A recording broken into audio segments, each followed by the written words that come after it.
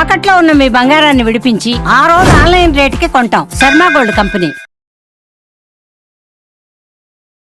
నమస్కారం, సుమన్ టీవీకి స్వాగతం. ముందుగా సుమన్ టీవీ ప్రేక్షకులకు శ్రీ విశ్వావసునామ ఉగాది శుభాకాంక్షలు. ఈ విశ్వావసునామ సంవత్సరం ద్వాదశ రాశుల వారికి ఎలా ఉండబోతుంది, ఏ రాశుల వారికి ఎటువంటి శుభ అశుభ ఫలితాలు ఇవ్వబోతున్నాయి, గ్రహ సంచారాలు ఎలా ఉన్నాయి, అలాగే ఎటువంటి పరిహారాలను పాటించుకోవాలి, ఈ విషయాన్ని తెలియజేసేందుకు మనతో పాటు ఉన్నారు ప్రముఖ జ్యోతిష్య రత్న జ్యోతిష చక్ర వైభవ నిపుణ డాక్టర్ రాల్పల్లి రవికుమార్ గారు. గురుగారు నమస్కారం. నమస్కారం. గురుగారు, కొత్త సంవత్సరంలోకి ఎంటర్ అవ్వబోతున్నాం. మరి కొత్త సంవత్సరం ఎలా ఉండబోతుంది ద్వాదశ రాశుల వారికి అని తెలుసుకునే ముందు గ్రహాల సంచారం ఎలా ఉంది, ముఖ్యంగా 4 గ్రహాలు మనకి ప్రతి సంవత్సరం మారేది, ఈ 4 గ్రహాల సంచారం ఎలా ఉంది, ఎలాంటి ఫలితాలు ఇస్తున్నాయి? శరదిందు సమాకారే పరబ్రహ్మ స్వరూపిణి వాసరాపీఠ నిలయ సరస్వతి నమస్తుతే. సుమన్ టీవీ ప్రేక్షకులకి నూతన సంవత్సర ఉగాది శుభాకాంక్షలు. మెయిన్గా ఏంటంటే ఈ సంవత్సర ఫలితాలు ఇప్పుడు చెప్పుకుంటున్నాం కాబట్టి ప్రతి నెల ఏంటంటే మాస ఫలితాలు చెప్పుకుంటున్నాం కాబట్టి మాస ఫలితాలు చెప్పుకున్నప్పుడు ఏంటంటే రవి 1 మంత్కి మారుతాడు ప్రతి నెల, అలాగే బుధుడు 20 డేస్, శుక్రుడు 20 రోజులు, అలాగే కుజుడు 45 రోజులు, అలాగే శుక్రుడు 20 రోజులు, చంద్రుడు అంటే ప్రతిరోజు ఒక్కొక్క నక్షత్రం మారుతుంటాడు. ఒక మెయిన్గా మటుకు గురువు, రాహు, కేతు, శని అండి. ఈ 4 కూడా ఏడాది పాటు ఇంచుమించుగా ఉంటారు కాబట్టి గురువు ఉన్నారంటే సంవత్సర కాలం పాటు అక్కడే ఉంటారు. అలాగే రాహు ఉన్నారనుకోండి, కేతు 1.5 ఇయర్ ఒక రాశి నుంచి ఇంకో రాశికి మారడానికి పడుతుంది. అలాగే శని ఉన్నారంటే 2.5 ఇయర్స్ మారుతారన్నమాట. కాబట్టి ముఖ్యంగా ఏంటంటే అందుకే ఈ సంవత్సర ఫలితాలు చెప్పుకున్నప్పుడు ఏంటంటే మెయిన్గా గురువు, రాహు, కేతు, శని యొక్క మార్పులు ఏంటనేవి తెలుసుకోవాలి. ముందుగా శని వచ్చేసి మనకి 30వ తారీఖు మార్చి నెల 2025 నుంచే మనకి కుంభరాశి నుంచి మీన రాశిలోకి ప్రవేశిస్తున్నాడు. అదే రోజు ఉగాది అయింది, అదే రోజు శని కూడా మారుతున్నారు. అలాగే రాహు, కేతులు వచ్చేసి మనకి 18 మే 2025. రాహు మారంటే కేతు కూడా మారుతాడండి. అందుకే చూడండి ఎప్పుడు కూడా జాతకంలో రాహు ఆపోజిట్ కేతు ఉంటారు. నవాంశలో తీసుకున్నా కూడా రాహు ఆపోజిట్ కేతు ఉంటారు. ఎవరైనా చేతితోటి వేసి ఇచ్చినప్పుడు మర్చిపోయి రాహుకి పక్కనే కేతు వేయడం, లేదంటే రాహుకి 3 గళ్ళు పక్కన కేతు వేయడం వేస్తూ ఉండొచ్చు తెలియక వాళ్ళకి. సో ఎప్పుడు అలా కాదండి, రాహు ఆపోజిటే కేతు ఉంటారు. ఇంకోటి ప్రతి గ్రహం కూడా క్లాక్ వైజ్ తిరుగుతుంది, ఒక్క రాహుకేతువులు మటుకు యాంటీ క్లాక్ వైజ్ తిరుగుతుందన్నమాట.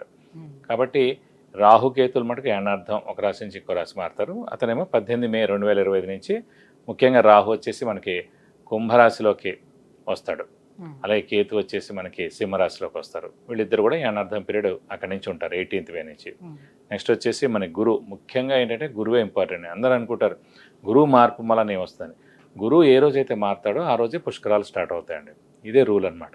సాధారణంగా గురువు ఏ రాశి నుంచి ఏ రాశి మారుతాడు మనం అనుకుంటుంటాం. మన జాతకం చెప్పినప్పుడు కూడా మన రాశి నుంచి 2వ స్థానంలో, 5వ స్థానంలో, 7వ స్థానంలో, 9వ స్థానంలో, లాభస్థానంలో గురువు ఉన్నప్పుడు మన శుభ ఫలితాలు చెప్తుంటాం కదా. సో అందరూ అనుకుంటుంటారు అబ్బాయి ఎప్పుడు మన రాశి నుంచి 2nd హౌస్ వస్తుంది, ఎప్పుడు మన రాశి నుంచి 5th, 7th, 9th, 11th వస్తుంది. సో వాళ్ళకి ఒకటే నమ్మకం ఏంటంటే ఈ రోజైతే పుష్కరాలు స్టార్ట్ అవుతాయో ఆ రోజు గురువు ఒక రాశి నుంచి ఇంకో రాశిలోకి మారుతున్నట్టు మనం ఈజీగా గుర్తించవచ్చు.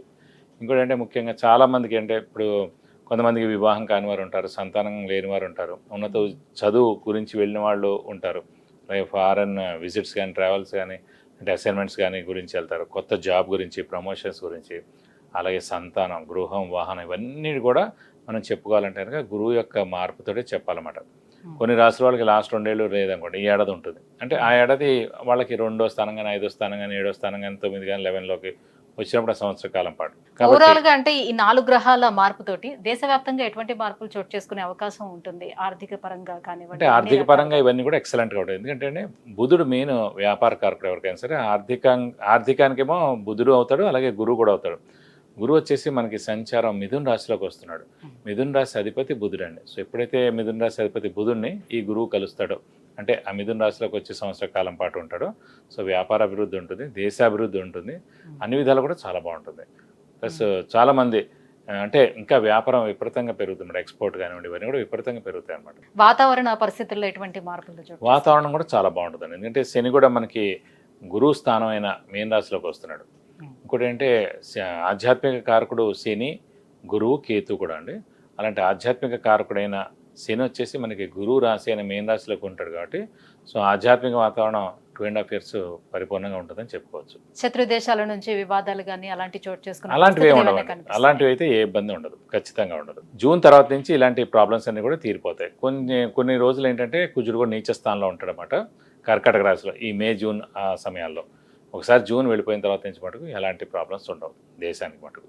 గురువుగారు, ఈ విశ్వావసు నామ సంవత్సరం మిథున రాశి వారికి ఎలా ఉండబోతుంది? గురువు, శని, రాహు, కేతువుల స్థాన చలనం ఎలా ఉంది? వీరికి ఎటువంటి లాభాన్ని చేకూరుస్తున్నాయి? తప్పకుండా అమ్మ. మిథున రాశి అనగానే మనకి మృగశిర 3-4 పాదాలు, ఆరుద్ర 1-2-3-4 పాదాలు, పునర్వసు 1-2-3 పాదాలు, ఈ నక్షత్రాల సమూహం అంతా మనకి మిథున రాశిలోకి వస్తుంది. మిథున రాశికి వచ్చేటప్పటికి ఏంటంటే రాశిలోనే గురువు ఈ సంవత్సర కాలం ఉంటారు. అలాగే దశమ స్థానంలో శని 2.5 సంవత్సరాలు ఉంటారు. అలాగే తృతీయ స్థానంలో కేతువు, భాగ్యస్థానంలో రాహు. సో తృతీయ కేతు చాలా మంచిదండి, భాగ్యరాహు కూడా చాలా మంచిది. దశమంలో శని కూడా పర్వాలేదు, అంత నష్టాన్ని ఏం చేకూర్చుడు పర్వాలేదండి. లాభం అయితే ఇంకా బెస్ట్, కానీ దశమం అయితే పర్వాలేదు, అంటే ఒక 70% మేలే చేస్తాడు.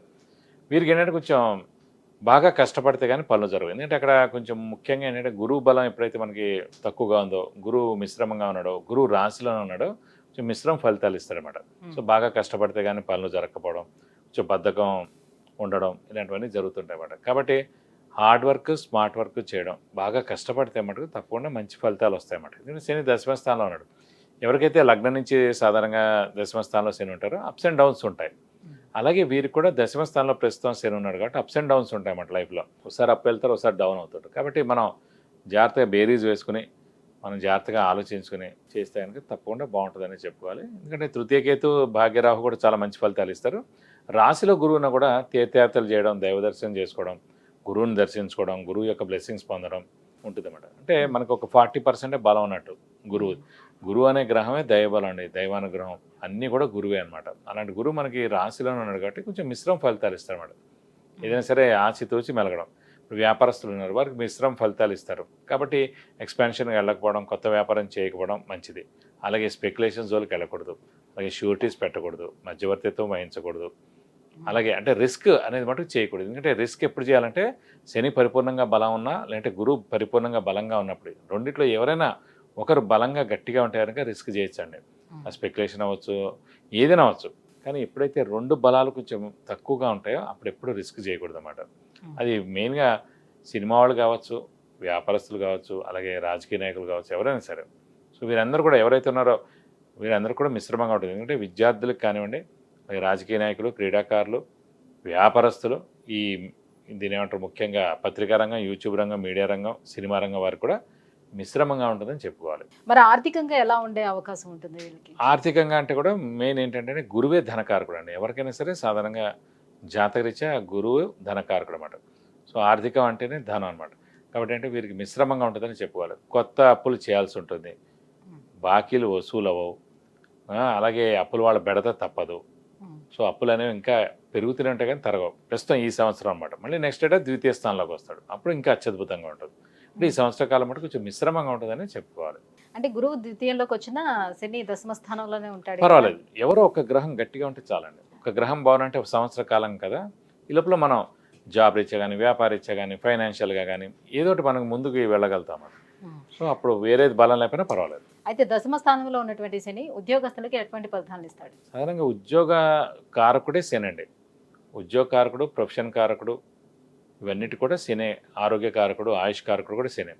ఆ ఉద్యోగ స్థానమే దశమ స్థానం అనమాట. సో అలాంటి ఉద్యోగ స్థానంలోనే ఉద్యోగ కారకుడైన శని ఉన్నాడు కాబట్టి ఉద్యోగం రీచ్ మటుకు ఏమి అంత ఇబ్బంది ఏమి ఉండదండి, బాగానే ఉంటుందని చెప్పుకోవాలి. అంటే కొత్తగా ఉద్యోగ ప్రయత్నాలు చేసుకునే వాళ్ళకి, కొత్తగా ఉద్యోగం ప్రయత్నాలు చేసుకుంటే వాళ్ళకి ఖచ్చితంగా వస్తాయి, ఏం ప్రాబ్లం లేదు. ఉన్నవాడికైతే కనుక తీసేరు, ప్రస్తుతం నడుస్తుంది కానీ ప్రమోషన్స్ అవి ఉండవు, ప్రెషర్స్ ఉంటాయి కానీ జాబ్ అయితే పోదు. అలా చెప్పి ప్రమోషన్స్ రావు, ఉన్న శాలరీలోనే కంటిన్యూ అవ్వడం అలా జరుగుతుందన్నమాట.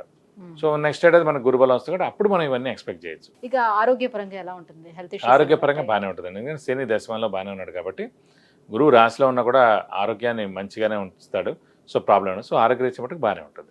రాహుకేతువుల మూలంగా ఎటువంటి ఫలితాలు ఏర్పడుతుంది? రాహుకేతుల మళ్ళీ మటుకు చాలా బాగుంటుంది. ఎందుకంటే వాళ్ళకి ధైర్య సాహసాలు ఎక్కువగా ఉండడం, జనాల సహాయ సహకారాలు పొందడం.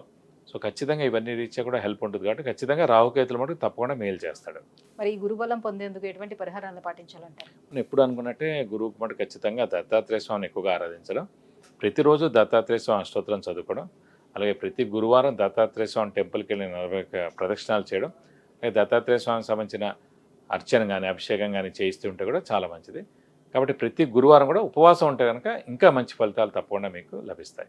విద్య, ఉద్యోగం, వివాహం, విదేశీయానం, ఆరోగ్యం అలాగే ఐశ్వర్యం వీటన్నిటి గురించి తెలుసుకోవాలంటే కింద స్క్రోల్ అవుతున్నటువంటి నెంబర్లకి కాల్ చేసి గురువుగారి అపాయింట్మెంట్ పొందవచ్చు. గురుగారు, ఈ విశ్వావసునామ సంవత్సరం మిథున రాశి వారికి ఎలా ఉండబోతుంది, ఎటువంటి పరిహారాలు పాటించాలి, విషయాన్ని తెలియజేసినందుకు ధన్యవాదాలు. నమస్కారం.